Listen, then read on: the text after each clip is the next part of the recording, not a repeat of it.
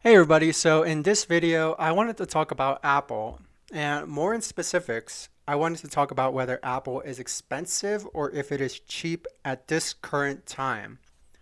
So the first thing I wanted to look at was I wanted to look at revenue growth going by quarter. So here's what I mean. If we're looking at revenue in the most recent quarter, we're looking at about 82.96 billion. So if we're comparing this to the prior year, the same quarter, we're looking at 81.434 billion. So going from this quarter to the next year, same quarter, that was a 1.87% increase. So that's essentially where we are right now. Now, if we're looking at this area right here that we hit, here in this quarter, we essentially saw a 53.63% increase in revenue growth. Now, that's significant.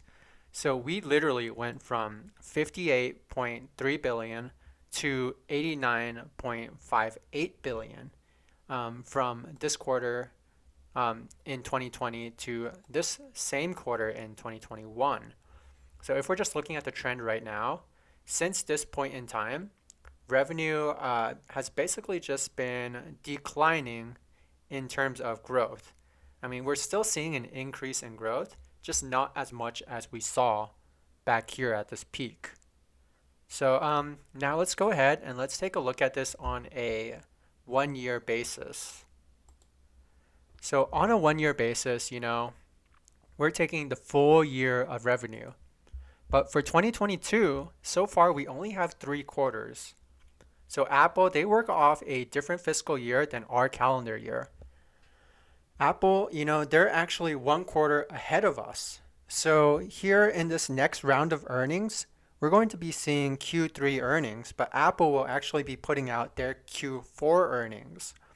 But just given 3 quarters of revenue, I can make an assumption about what that fourth quarter would be. And when I make that assumption, I'm essentially assuming something close to 400 billion. So for this purpose, I just put down 400 billion.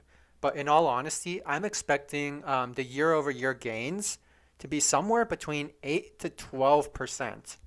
So if we're just looking at 2021, revenue growth was 33.26%. I mean, that was very, very significant growth. So this year is actually coming in a little bit weak since we're expecting 8 to 12%. So just looking here, we did see in 2019, we had negative revenue. So we had negative revenue growth. So right here, we went from negative 2.04%. And then in 2020, we went back positive. And then in 2021, we saw some massive growth. So let's just go ahead and talk about Apple net income next. Because right now, I'm talking about revenue growth being slow, but, we have to think about what their bottom line is, because that is important as well. So if we're just looking at Apple and we're looking at quarterly net income, well, every single quarter, they're bringing in a significant amount of money. So the most recent quarter, they brought in 19.4 billion on the bottom line. Quarter before that was 25 billion, and then 34.6 billion, 20.55 billion. So if we go ahead and take these most 4 recent quarters, this actually sums up to be something very close to 100 billion. Now that is pretty darn significant. So let's just look at this on a 1 year basis. So for 2021, we're looking at this area right here because remember what I said about their fiscal year. It's different. So for 2021, we actually saw 94.68 billion. Now for 2020, we saw 57.41 billion. So that actually results to a 65% growth on the bottom line. So that's pretty significant. So here in 2022, we're essentially maintaining most of that. I mean, we're pretty much expecting to be within this 90 billion range. So the fact that we're actually maintaining this bottom line is still pretty significant because, like, in my personal opinion, I would have thought that this was unsustainable, but clearly they're sustaining it with the net income. It's showing. We saw 3/4 of data, so 3/4 of data has basically proven that they are holding this net income amount. So that's definitely something to pay attention to. Now let's just talk about Apple and their PE ratios. So I went ahead and grabbed a bunch of different prices and their earnings per share at the time, and then we calculated PE multiples. So basically, we're taking this data every 3 months, and we're going from the most current time to all the way back here in 2009. And when I go ahead and I average all of this data out, I get an average PE multiple of 16.81. So right here, I have Apple and their historic PE. I have this nice little chart, and essentially, this 10 plus years of data is saying that the average PE is 16.81 for Apple. So right now we're sitting at 25.71. Now keep in mind, people pay higher multiples when they see significant revenue growth. But Apple, their revenue growth, it's kind of going down. I mean, we talked about this. It was expected to be 8 to 12%. The year before that, they were looking at like 30%. So that explains why this revenue growth literally shot up. So here we can see multiples going up to like 27, 35, and holding this 27, 35 area. And essentially we're seeing elevated multiples, well above 20. So that has a lot to do with that significant revenue growth that we saw and that significant growth to the bottom line. So you guys basically, we're sitting at 25.71. Revenue growth is looking a little bit weaker, single digits, low double digits. And we have a lot of headwinds. We got the Fed, they're increasing interest rates. We got tensions overseas. And we got midterm elections as well. So there's a lot going on right now. It doesn't really make sense to be paying 25.71 PE multiples when the average sits around 16.81. So let's just talk a little bit more about that. So based off today's earnings of $6.06, to achieve an average PE of 1681, Apple would have to be priced at 101.87. Right now, we're sitting at 155.81. Now, I want to do another thing. I want to look at closing prices in 2021, current prices right now, and do a year-to-date comparison. So if we're looking at Apple, Apple closed 2021 at 177.57. If we're looking at SPY, which is following the S&P 500, it closed at 474.96. Currently, Apple is sitting at 155.81. SPY is sitting at 392.24. Year to date, Apple has fallen 12.25%. SPY has fallen 17.42%. So Apple is actually outperforming the S&P 500 SPY ETF. So just keep that in mind. Now let's actually just go ahead and jump into technicals next. So I know this looks very complicated, so let's just go ahead and break this down. I'm going to go ahead and take out the moving averages first. Now, I'm going to be talking about trend lines and supports and resistances. So just to make this very clear, when I'm talking about a trend line, I am talking about these diagonal lines. When I'm talking about a support and a resistance, I am talking about these horizontal lines.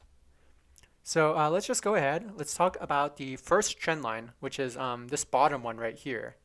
So this one has the most time on it.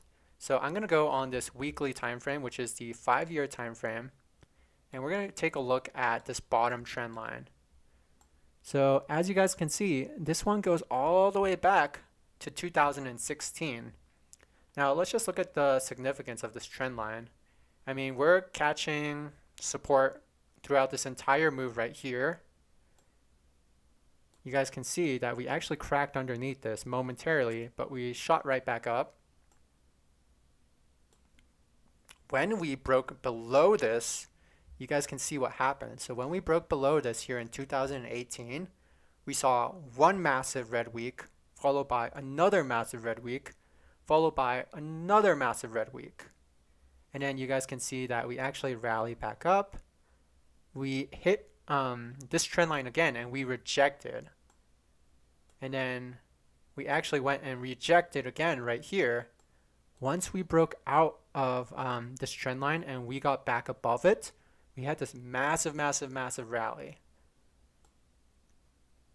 So this trend line is the trend line that I expect us to catch a massive move down. So I'm going to call this the crash trend line. Oh, also I do want to note that this was basically where we found support around 2020 on that pandemic crash. Now the next trend line I want to talk about is the one that we recently bounced off of right here. So let's just go back. This one is going back to 2019, so mid 2019. So you guys can see support, support, and then we cracked under this momentarily, and then we went back, we rejected several times, and then we eventually cracked above it. And then you guys can see that we basically distanced ourselves quite a bit from it. But then when you just look at the most recent price action, this is where we bounced off of. So this is a pretty key trend line. Had we not bounced off this point right here, I would not have even been focusing on this trend line as much.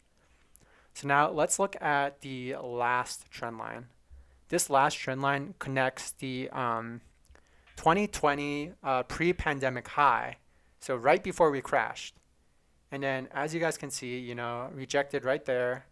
And then when we had this massive rally, we had this little point, where we're seeing some rejection, but then we saw this decisive move up.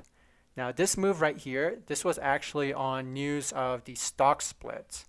So, we had this massive rally up, and then now you can see that, we're acting as support on this trend line many, many times.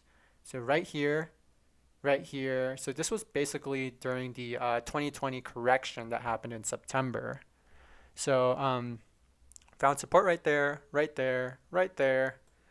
More support right there. Support again right there. Huge rally off of this trend line right here. And you guys can see when we broke underneath this trend line right here, we saw one massive red day followed by another massive red day, bull trap, and then another massive red day. And then that's where we made our most recent lows, where we bounced off this trend line right here. So look what happened when we actually broke back above it. So when we broke back above it, we went back to basically something close to all-time highs. And then you guys can see when we broke back below this trend line, we had this massive move down. So just take a look at that, where we closed on that week and then where we opened the next week. So we basically closed slightly underneath this trend line, and then the very next week, we had this massive fall. So that's kind of the situation that we're in right now. So now let's just talk about the different zones. So now that I explained all the trend lines, let's talk about the zones. So I'm essentially looking at 5 different zones, but I'm really paying attention to maybe 2 or 3 of them. So this first zone, I'm not paying too much attention to this because I don't want anything to do with Apple in this first zone right here. So this first zone is right above this trend line that I just talked about, and right below this resistance that we recently just hit. So it's sitting right around 176 to right around 165. So that's zone number 1. Zone number 2 is everything that is below this trend line to the support right here at around 151. So why is 151 a support? Well, just take a look right here. It was resistance right here. We had this bull trap right here. So we had this massive rally, and then we essentially faded that entire week. So that's a bull trap because it's a reversal candle.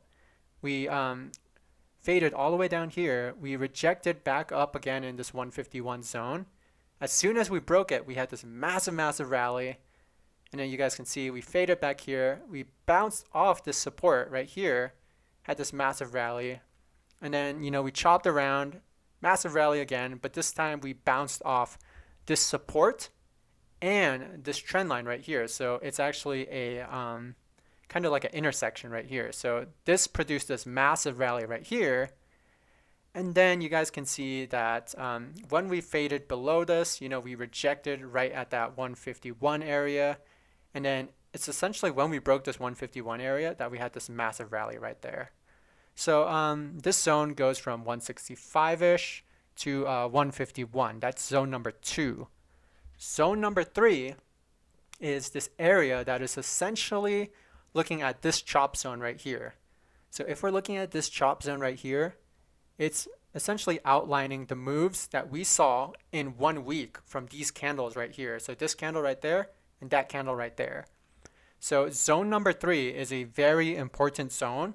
It's also a very choppy zone. You do not want to be trading in this zone.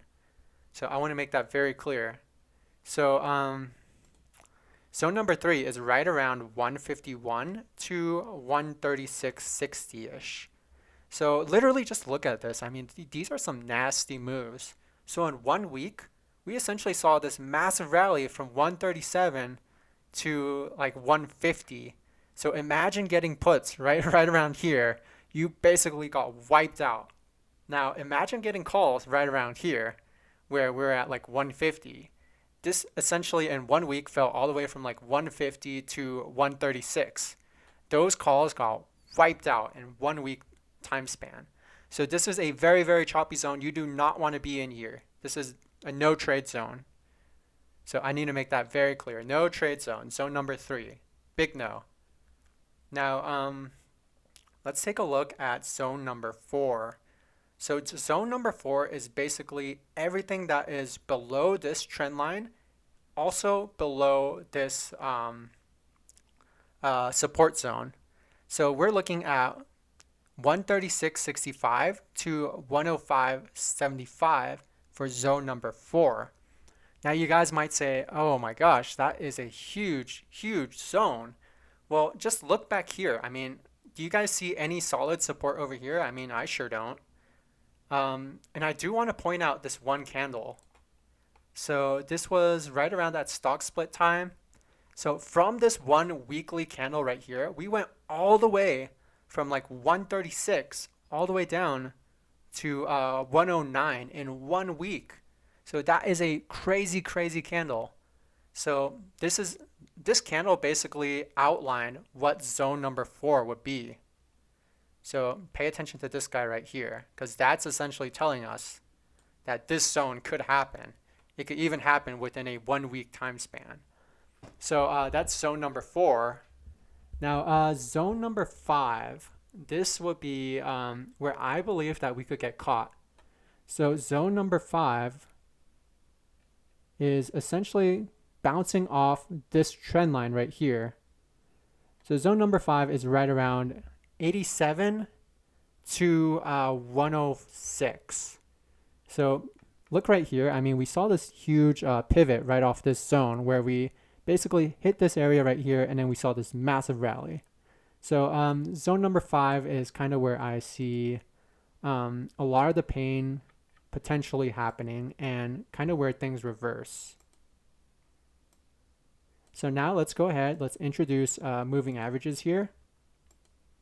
Now, right now, the 200 weekly is right around 104. So remember what I said for my PE target. So if I'm just looking back here, if we want an average PE of 1681, Apple's going to have to be priced right around 102. So that happens to be very close to that 200 weekly moving average. So I personally would want to be buying around zone 4. I'm not saying that you guys should go out and buy Apple around that zone 4 area, but this is just what I'm personally thinking about doing. So where I would want to get in is right between that 136.60 to that 106 area. So that's essentially where I'm trying to find the sweet spot. If we do get underneath that, I'll save some money to buy the dip right there as well. Now, if we do get underneath this 200 weekly, I sure think that that is a buy. But like I said, not financial advice. Um, and essentially, just make sure that whatever you're doing is tailored to your portfolio and your life situation. So that being said, I hope you guys enjoyed this video and have a great one.